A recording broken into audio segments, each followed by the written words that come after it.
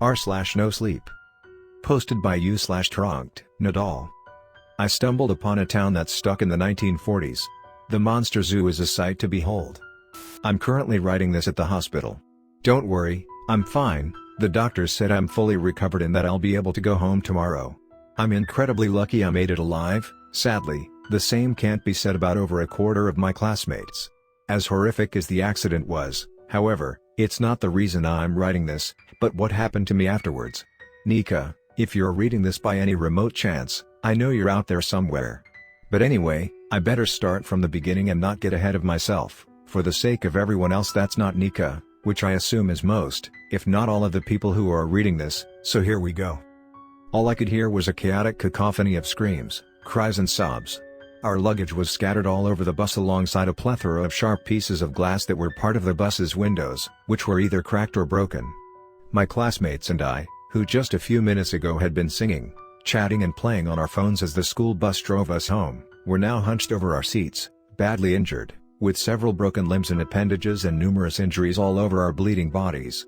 The few of us who were conscious could only weep and watch in horror as we waited for the police and for various ambulances to arrive. The rest were either unconscious, or worse. A school trip to a nearby Nazi concentration camp had been a yearly tradition for our school. We were from an Austrian town just a few miles away from it. Most students were tired of going to the same place every year, but honestly, I didn't mind. Humanity, and especially the ignorant and impressionable youth, needs to keep being reminded of the horrible atrocities that took place there so history doesn't repeat itself. We in particular were from Austria, and thus, most of us had grandparents and great-grandparents that had lived under the Third Reich. It was our duty to learn from their mistakes and to not let our society be led astray by blind fanaticism and extreme ideologies ever again. That particular year, a drunk and drowsy truck driver just so happened to be at the same place and at the same time as our bus. Add to that an inexperienced bus driver and you have the formula for one hell of a traffic accident. I stared at my blood-soaked arms and hands for a few seconds as loud ambulance sirens played in the background, but it wasn't long before I faded back into unconsciousness. I don't know how much time it passed between me passing out and waking up, but what I can tell you is how odd the sudden peace and quiet felt compared to the utter chaos of the accident, disturbing, even. My confusion and surprise grew once I inspected my surroundings. I suddenly found myself in a small room, laying on a large bed that was rather hard and uncomfortable. The walls were decorated with dull yellow wallpaper, which looked to be fairly old, as evidenced by its faded tone as well as a small portion of it that peeled out of the wall, revealing the stone bricks underneath. Aside from the bed, the bedroom also contained a wardrobe filled with various dresses and skirts that most likely belonged or had belonged to a woman. My first thought was that I was in a hospital, having been brought there by an ambulance after the accident, but that room definitely did not look like a hospital room. "Hello? Anyone there?" I yelled, but got no reply. It seemed I was all alone. After a few seconds of standing there, letting everything that had happened properly sink in, I finally opened the bedroom's wooden door and stepped out of there. Outside the bedroom was a short hallway that branched out into a small bathroom and led to a wooden staircase at the end which seemed to lead to a lower floor. The more I looked at the place, the more it looked like a vintage house. But who did it belong to? And most importantly, how did I get there? Was I dreaming? I pinched myself to check if this was reality or a dream. I was still there. I felt the pinch. It seemed this was happening for real. After slowly descending the stairs, which loudly and eerily creaked under my feet with every step I took, I reached a relatively spacious room that appeared to act as both a kitchen and a living room at the same time, with a table at the center, a stove and a sink at one corner and a couch and a vintage record player at the opposite corner. Another bedroom was also located next to the living room, but I had no time to see it, as all my attention was directed to the middle-aged woman that was washing dishes in the sink, who screamed upon seeing me coming down the stairs. "Who are you? How did you enter my house?" she asked in panic as she instinctively tried to keep a distance between us while I stared at her in shock, not knowing what to do. I'm sorry, ma'am. I was riding a bus and then I had a traffic accident and I randomly woke up in a room upstairs. I don't know what happened." I tried to explain, just as nervous and confused as she was. "Get out of my house now!" the woman angrily shouted while pointing at the front door. I silently nodded and obeyed, exiting the building with a head full of questions. I started exploring the town I had somehow ended up in. In some aspects, it reminded me of my hometown, but I could tell this was not my town. It didn't look the part, and yet, it transmitted the same cozy feeling, The same hometown vibes, if you know what I mean. But at the same time, something felt off about the place. Everything looked pretty retro. The men and women roaming the town wore eccentric clothes that are rather unusual for people to wear nowadays. The men were wearing elegant tuxedos, fedora hats and round, old-school glasses, some of them even had pocket watches. As for the women, they were wearing long, extravagant dresses and sported an old-fashioned honeycomb hairstyle they covered with large hats decorated with ribbons and flowers. If these people were in any other town in the modern world, they would definitely stand out like a sore thumb, but since everyone in that mysterious place was dressed like that, I was the one that stood out. Cars were pretty scarce, to the point I counted more wagons powered by horses and mules than I did actual cars, and the few ones I managed to see were incredibly outdated models. That whole town and everyone and everything in it looked straight out of the early 20th century. Had I gone back in time? The rational side of my mind told me that was completely bonkers, but I was surrounded by pretty convincing evidence. Perhaps this town was just a very isolated and conservative community that rejected modern technology and culture. Those exist, right? Still, the unrealistic yet compelling thought of time travel wouldn't leave my mind. A huge group of children joyfully ran past me while playfully skipping, chanting and giggling. They were all dressed in old-fashioned clothes, not unlike what I had seen my grandparents wear in old photos of their childhood back in the 1940s, and not unlike the adults I had seen earlier. I felt someone suddenly bumping into me from behind. It was a girl. She looked to be around my age and she was wearing a dress, a skirt, a scarf wrapped around her head, a pair of tights and small shoes. "I'm sorry." The girl apologized. "It's okay. Why are you and all the other kids running so fast, though?" I asked. "Well, we're going to the Monster Zoo, of course," she replied. "The what?" "The Monster Zoo. Don't tell me you don't know what it is. Everyone in town knows about it." "I'm not from here." "Oh, you should come with me, then. You need to see it. I'm Nika, by the way," she excitedly said as she grabbed my arm and encouraged me to join her and the other children. It was then when her slight Russian accent became apparent. "I'm Eric, nice to meet you.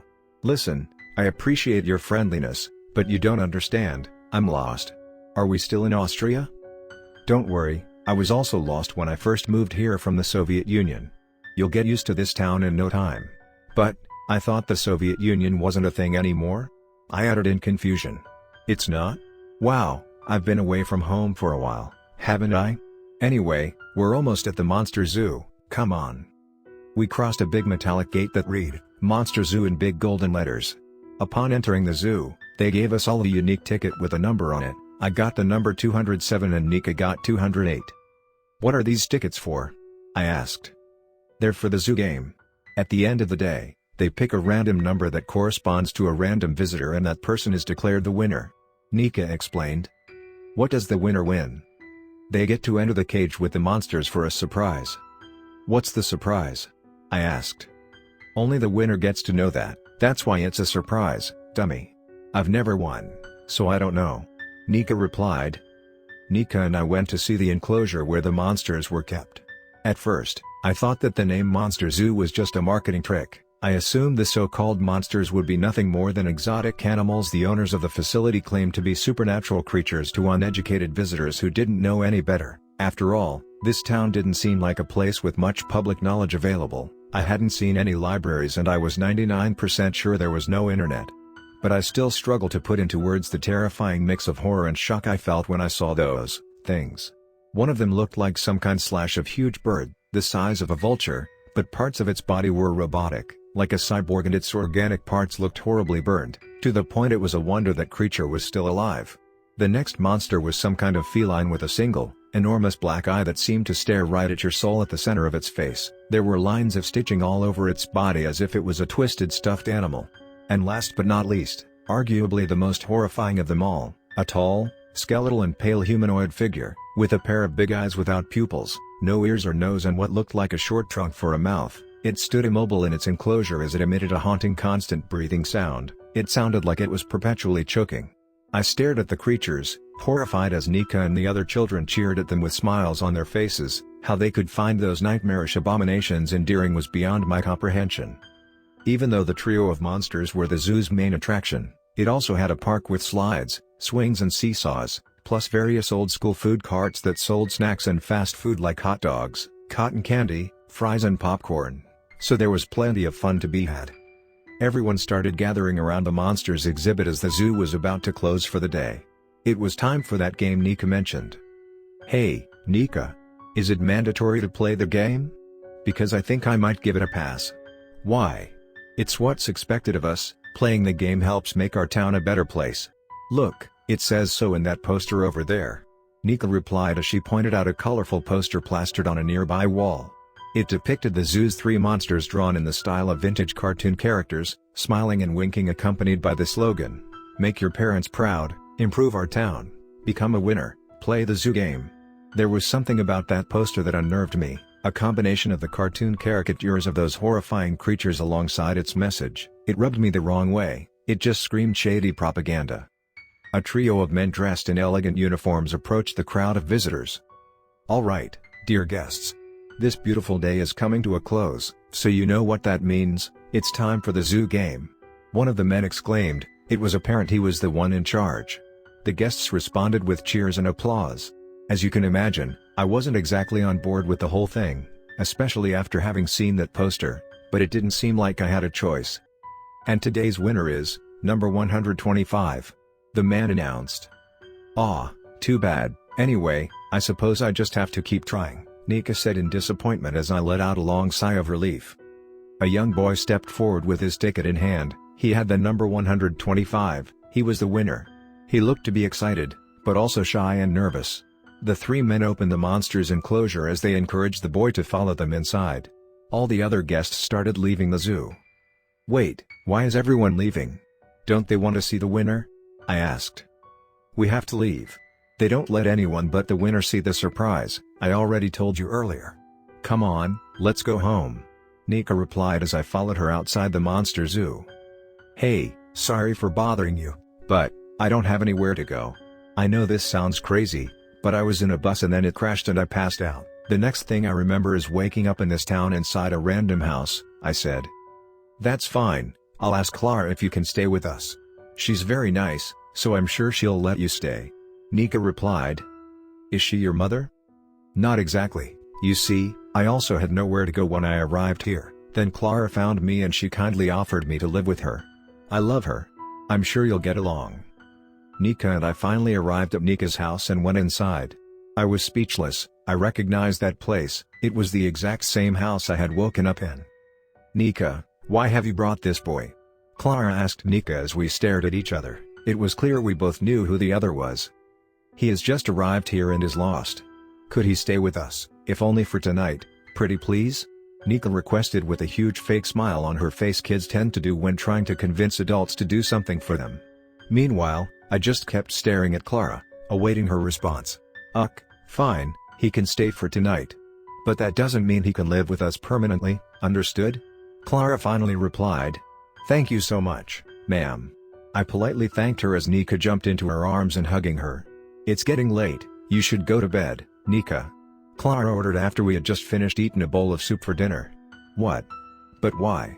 It's only 8 p.m. Nika replied. "If it isn't a hustle, I'll go to bed, too. It's been an intense day," I added. "Okay, we've got a spare mattress you can use as a bed alongside a blanket and a pillow. You can sleep in Nika's room." "Good night," Clara said as Nika and I went to Nika's room and Clara went upstairs to the same room I had mysteriously appeared in after the bus accident. Nika was quick to fall asleep, but I spent hours simply laying in my makeshift bed and staring at the ceiling thinking about everything that had happened that day. How the hell had I ended up in that town? What were those monsters? How was I going to get back home? I suddenly heard mysterious loud noises coming from outside the bedroom as these questions floated through my mind. "Nika, did you hear that?" I asked, to which Nika responded with a nonsensical sleepy murmur as her head moved to the other side of the pillow. It was clear she was fast asleep. I slowly got outside the bedroom and tiptoed my way to the living room, where I saw Clara pushing the couch against the front door, trying to block it for some reason. "Hi," I whispered, startling Clara, who jumped back in shock. We barely know each other and it's already the second time you scare me like that," she replied. "I'm sorry, you were making a lot of noise and it caught my attention. Why are you blocking the door?" I asked. She then ordered me to close the bedroom's door with a hand gesture as to not wake Nika up. "Monster night," Clara uttered. I raised an eyebrow in confusion. The monsters from the zoo, they're the reason I sent Nika to sleep earlier than usual. Have you seen them? She asked. Yeah, Nika took me to the zoo earlier. Those things are terrifying. Well, every once in a while, they somehow escape the zoo and roam the streets at night, catching anyone they come across. They have even broken into houses on multiple occasions. What? But, how can they escape the zoo so easily? Don't they have security personnel? I don't know, but it happens time and time again. I remember a time when it didn't happen at all, but then it started happening once or twice a year, then every few months, then every month, then every week. And I have a feeling this isn't a coincidence, Clara said. An ear-piercing scream echoed through the night, followed the familiar sound of heavy breathing. Clara and I peeked through the window and were horrified by the sight of a man yelling in pain and horror, being aggressively dragged across the street by the same monsters I had seen at the zoo, the bird, the tiger and the humanoid. What are those creatures? They don't look natural. Where do they come from? I uttered. There are many rumors and urban legends, but nobody knows for sure. They just appeared one day and the townsfolk managed to contain them at the zoo, but you've already seen how successful that is. After that, Clara went back to bed in shock after I promised not to tell Nika a word. She had slept through the whole thing, oblivious to the danger the monsters represented, just like all the other kids in town. Wow, what a crazy dream that was, is what I first thought when I opened my eyes the next day. But that thought was brushed away a couple seconds later, as a familiar voice reached my ears. Good morning, Eric. Did you sleep well? Nika said. If you want to know what happens next, click here.